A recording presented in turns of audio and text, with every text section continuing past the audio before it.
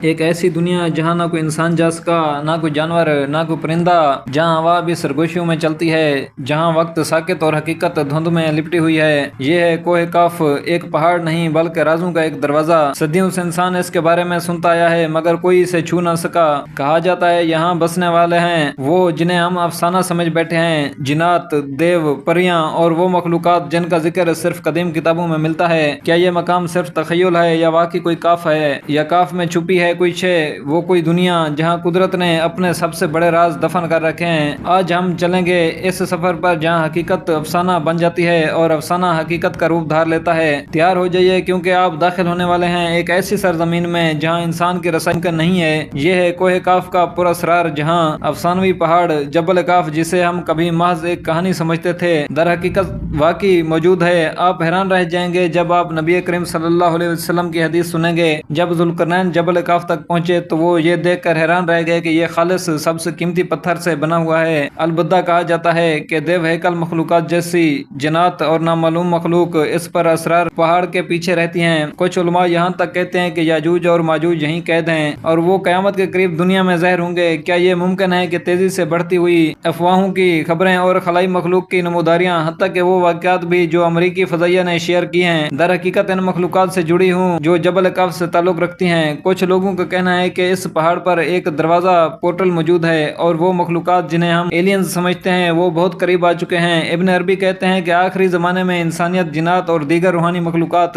یعنی خلائی مخلوق سے رابطہ قائم کرے گی۔ کیا یہ رابطہ پہلے ہی شروع ہو چکا ہے؟ کچھ اسلامی علماء کہتے ہیں کہ سورہ کاف قرآن میں اسی پہاڑ کے بارے میں ہے، تو پھر انہوں نے کیا انکشافات کیے ہیں؟ ان تمام روایات، نشانیوں اور موجودہ واقعات کا گہرائی سے جائزہ لے کر ہم جبل کاف کے بارے میں سب سے بڑے رازوں سے پردہ اٹھائیں گے۔ ہم نے سنجیدہ ذرائع سے تفصیلی تحقیق کی ہے اور اس ویڈیو میں بہت محنت کی ہے۔ ہماری حمایت کریں، ویڈیو کو لائک کر کے اور کمنٹ میں اپنے ملک سے جبل کاف کی کوئی کہانی ضرور شیئر کریں۔ اگر آپ تیار ہیں تو آئیے جنات سے شروع کرتے ہیں۔ ایک وادی جو بھوتوں، روحوں، دیو ہیکل مخلوقات اور عجیب و غریب مخلوقات کے لیے جانی جاتی ہے۔ ایک پہاڑ جو ہمیشہ تاریکی میں رہتا ہے، ایسا مقام جہاں نہ سورج نہ چاند کبھی چمکتا ہے۔ ایک پر اسرار علاقہ جہاں آج تک کوئی انسان نہیں پہنچ سکا، لیکن کیا یہ جنات کی سرزمین ہے یا کسی اور دنیا کی طرف دروازہ؟ جب جبل کاف کا نام لیا جاتا ہے تو پھر بھولی بصری عربی کہانیاں یاد آ جاتی ہیں۔ یہ کہانیاں ڈرونی اور جادوئی محلوں پر مشتمل ہیں جنہیں جنات اور روحوں نے اپنے قبضے میں لے رکھا ہے۔ کچھ اسلامی ذرائع کے مطابق جبل کاف جنات کا گھر ہے اور ان کے جیسے دیگر مخلوقات بھی وہاں پر رہتی ہیں۔ قدیم زبانوں میں جنات کے گروہوں نے اس جگہ میں اپنی تمام بادشاہتیں قائم کی تھیں۔ کچھ اسلامی ذرائع یہ بھی کہتے ہیں کہ یاجوج اور ماجوج یہیں پر قید ہیں اور وہ آخر زمان دنیا میں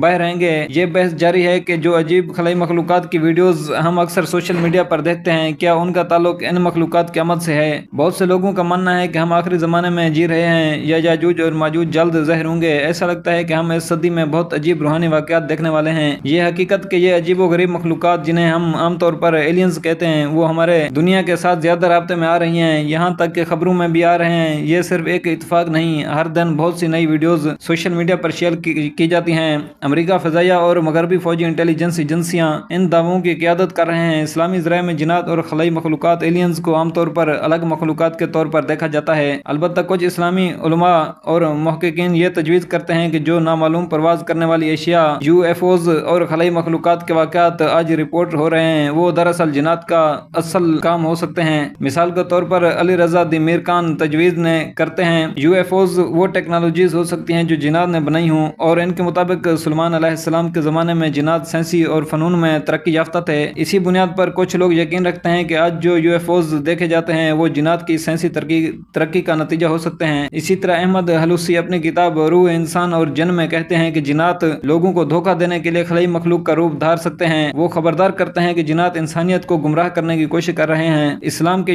بڑے پلیٹ فارم پر یہ بحث کی گئی ہے کیا جنات سائنس اور ٹیکنالوجی میں دلچسپی رکھتے ہیں اور کیا یو ایف اوز واقعی ان کی سواریاں ہو سکتی ہیں۔ اس بحث میں کہا گیا کہ جنات ہوشیار مخلوقات ہیں جو اپنی شکل بدل سکتے ہیں اور جب چاہیں کچھ خاص لوگوں کو اپنا ظہور دکھا سکتے ہیں۔ ہم نے اس موضوع پر کئی ویڈیوز بنائی ہیں اور آپ سب وہ ہمارے چینل پر دیکھ سکتے ہیں۔ اب آئیں اب جبل کاف پر توجہ دیتے ہیں اور ان مخلوقات پر جن کے بارے میں کہا جاتا ہے کہ وہ وہاں پر رہتی ہیں۔ یہ علاقے جنہیں کبھی کبھی انسانی سلطنت نے فتح نہیں کیا، صرف اسلامی ذرائع نہیں بلکہ دیگر روایت میں بھی ذکر کیے گئے ہیں۔ یہ پہاڑ جسے آتش پرستی کا وطن سمجھا جاتا ہے، سیموگو فونکس کے افسانے کی وجہ سے بھی کہانی کے مطابق جبل کاف سبز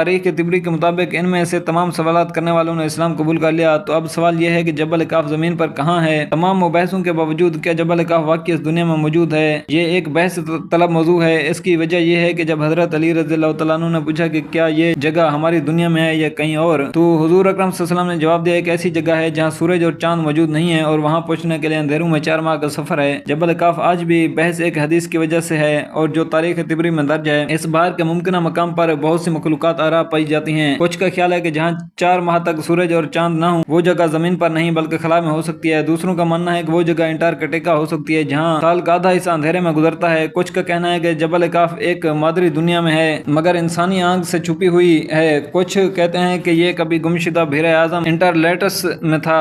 دلچسپ بات یہ ہے کہ جبل کاف پیری ریس کے نقشے پر بھی نظر آتا ہے جس میں ایک پہاڑی سلسلہ دکھایا گیا ہے جو انٹارکٹیکا سے جڑا ہوا ہے۔ کئی لوگ سمجھتے ہیں کہ جبل کاف اس کے گرد علاقے انٹارکٹیکا سے کہیں آگے تک پھیلے ہوئے ہیں اور ایک وسیع رقبہ گھیرے ہوئے ہیں۔ تاہم کچھ لوگوں کا ماننا ہے کہ یہ تمام معلومات انسانیت سے چھپائی جا رہی ہیں۔ جبل کاف کے بارے میں سب سے دلچسپ دعووں میں سے ایک ایڈمرل برڈ سے جڑا ہوا ہے جو ایک امریکی نیوی کے افسر تھے۔ ان کی ڈائری کے مطابق انٹارکٹیکا پر ایک فلائٹ کے دوران انہوں نے